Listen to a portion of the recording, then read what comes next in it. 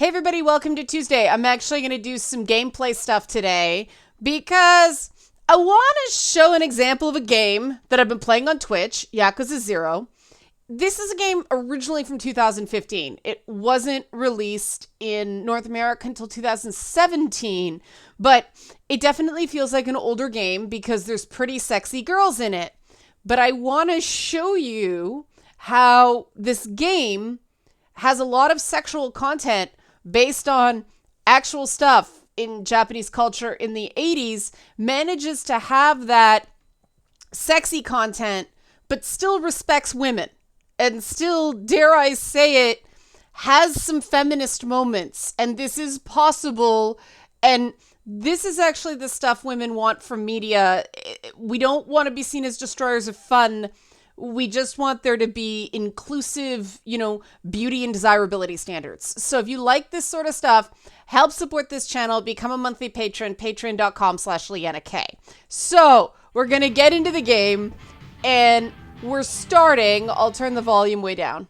We're starting at the exotic video place. And I'm not going to show most of the video. We're not going to get lewd here.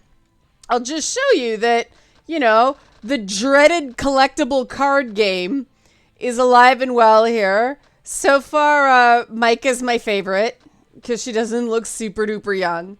Yeah, you can collect these cards and then watch videos, which, this is based on stuff that happened. And like I said, I'll give you a brief snippet and then we're going to skip it because this is YouTube.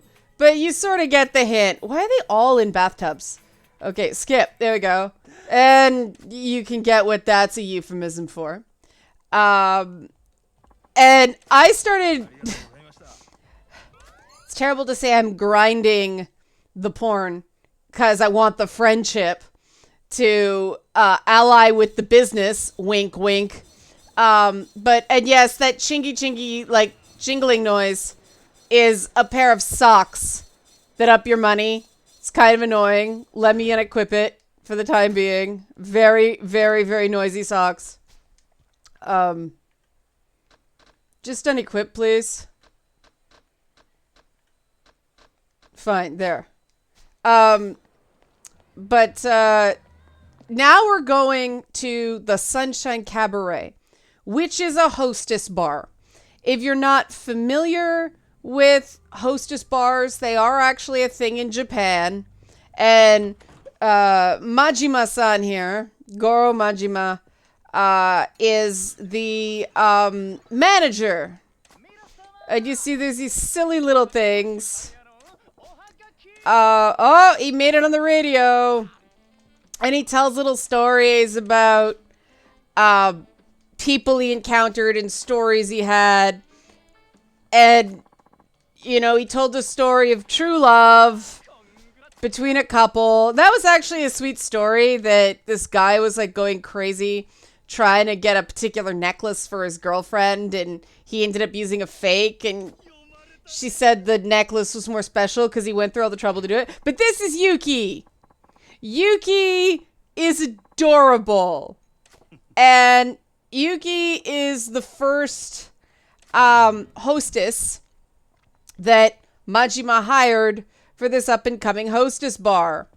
And Yuki was kind of a disaster when she started. And he's taken a very sort of paternal/big brother relationship with Yuki over there. But let's get into the mini game. Because this struck me as actually quite cool.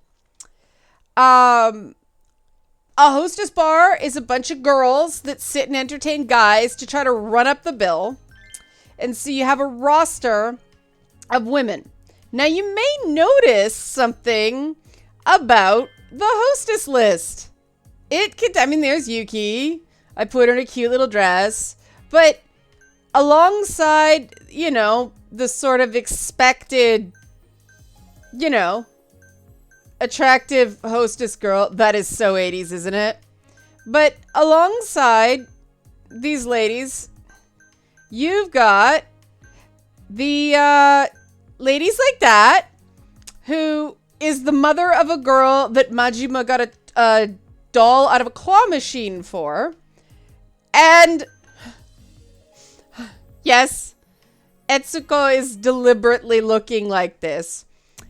Etsuko was introduced as an Obatarian in the game, which is, Obatarian is a portmanteau of middle-aged woman and a Japanese zombie movie title. Because they're supposed to be terrifying, an Obatarian is selfish and unwilling to abide by or is oblivious of socially acceptable behavior. A typical Obatarian is short, stout, wears a perm, and is dressed unfashionably. She will elbow her way through crowds, refuses to wait in line, run for empty train seats, is loud, and loves sales. Some academic... she, you'll notice, is one of the better hostesses in this bar. And one of the things I think is cool about this, let's swap a few out to just sort of build up the roster. I need more. Yeah, pull you. You have to balance out your party to make sure. Oh, that's why Namiko's so high, because she fills a hole in the roster. You're kind of low. Okay, so we're gonna start open for business. Here we go. And this I found really interesting. Not only are people like Etsuko and Dolly very popular, but see, she's right there in her unfashionable leopard sweatshirt. Oh, is that a leopard? Yeah, that's a leopard. But this really shows the skill inherent in being a hostess at these bars. Oh, she's wealthy, so we want to put... There we go. But it takes skill and coordination. See? This guy's gonna be very, very happy talking to Etsuko. And I think this is just great. Because it shows that it's not just about being pretty. It's about having specific skills. And now we have to help her. And there's this series of hand gestures to create this sort of seamless experience. If you'll notice. And here comes Majima. And he's doing his club manager thing. And I love this little look she gives him. Like, you may go. And yeah. And I think that's just such a beautiful moment. And is it earth-shattering or groundbreaking, any of this? No. But that's the point. That they're showing that different people like different things. You don't have to be one type of woman to be interesting or desirable to men. You know, you don't have to kill yourself being something you're not. You just have to be the best you can be. And not everyone will start the Sunshine Fever is going to be appealing to everybody either. And it just sort of... They show that this sort of profession, or job at least, is a skill that requires coordination and social skills and the right matching between client and hostess. And it's not just about some sort of inherent quality or, you know, just instantly coming out perfect, some sort of innate worth or unworth. We'll reward her because he's happy. Okay. And I think this is really quite cool. Now, part of this is, you know, it's hostess. It's a hostess bar. And they show it's not all sunshine and roses all the time, right? Like, they show that bad customers, like, grope people and stuff. and he has to come in, and none of them are super angry, but you actually have to come in and like protect the girls or resolve disputes. But overall, it's something that could have been very imbalanced in terms of the dynamics at play in these mini games. I mean, another thing they show is that Majima's a good boss because he's attentive and kind, right? The depictions of masculinity in this game are really, really refreshing. And that, I mean, you can't have healthy depictions of women in a game unless you have healthy depictions of the men in a game, because, you know, you can't just have a totally disconnected experience. They're all people, they all work together, it's all interchangeable systems, so on and so forth. But I'm really, really impressed by these subtle little things. Like a lady in a cardigan is hustling mad bank in a hostess bar. And is that realistic? Maybe not. But it's fantasy and it's fun. And it works in the context of this world. And it makes sense with the character. You're playing with Majima. Uh-oh. Okay, so this is not gonna go well. So we're gonna pull Yuki.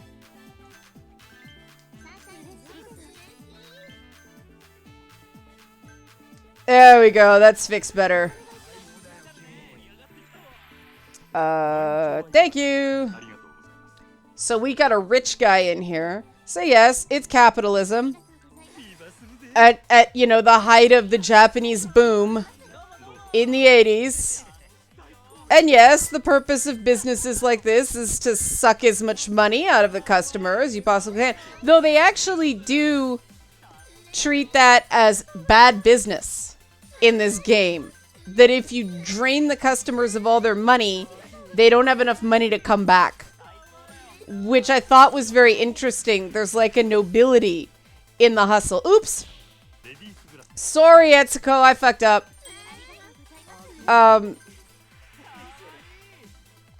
But, yeah, I mean, the dresses are very 80s. If you're going, what is with those dresses? It's like 88, man. The fashion, they didn't create 80s fashion. It is what it is. They can't, you know, change the fashion. But, alright, so you did well.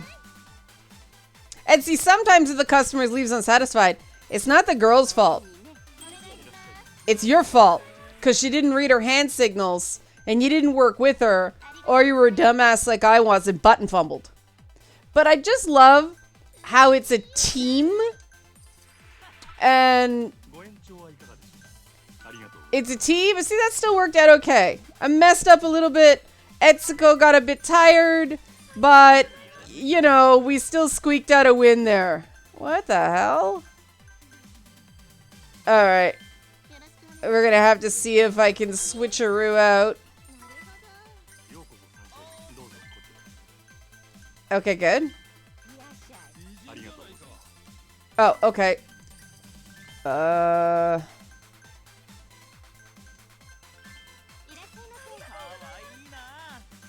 This wealthy dude is difficult to please. I guess, okay.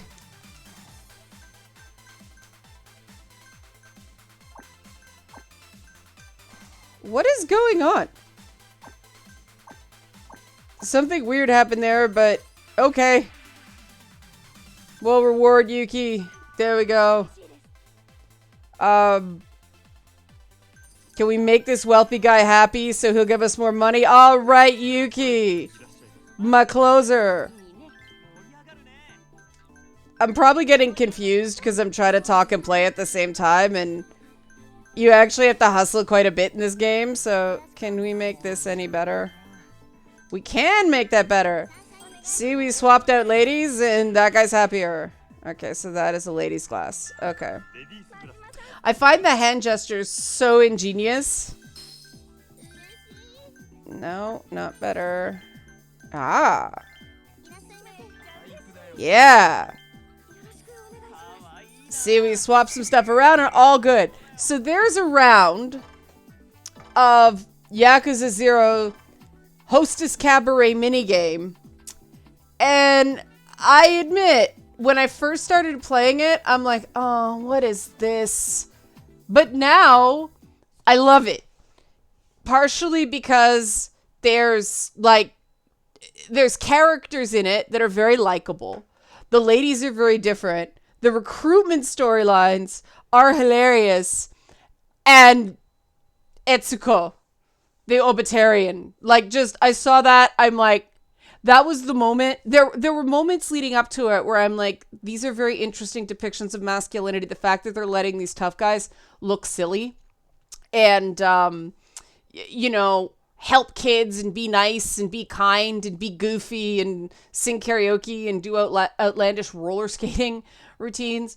But also, they allow a range of personhood in, Japanese games in general, but when you're in anime games, it's like anime is a displaced reality. This is a game actually set in, a fictionalized version of Japan, but more in real life Japan. And they've still got a much greater range of what heroic guys, or even anti-hero guys, frankly, in this case, are allowed to be. And because that's more flexible than the women they encounter and how they feed in and, are foils to the main characters' personalities. They are allowed to be more interesting and more diverse and more individual people with individual stories and individual skills. And remember, again, this was made right when things were starting to go to shit with social justice stuff. And so I think it's interesting to go back and sort of take a snapshot in time, because games like this, for me, insult my intelligence way less than the, undercut, faux hawk, fake, angry, angry, scowling, faux feminism of, endure and survive. I'm tired of stories of just how much pain and horror can a woman endure. I want to see, I'm quite happy to play a game where ladies make money and move up in the world and are appreciated for who they are. That's what this cabaret minigame is all about. That's what we want.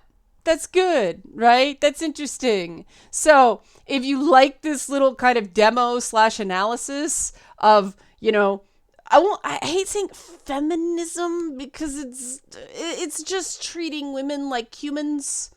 I guess that's feminism. That's what I consider feminism. Some people don't. They're like, it's not feminist because beauty myth and other. Hogwash, I say. If you like this kind of feminist analysis, help support this channel, become a monthly patron, patreon.com/LeannaK. Thanks for watching.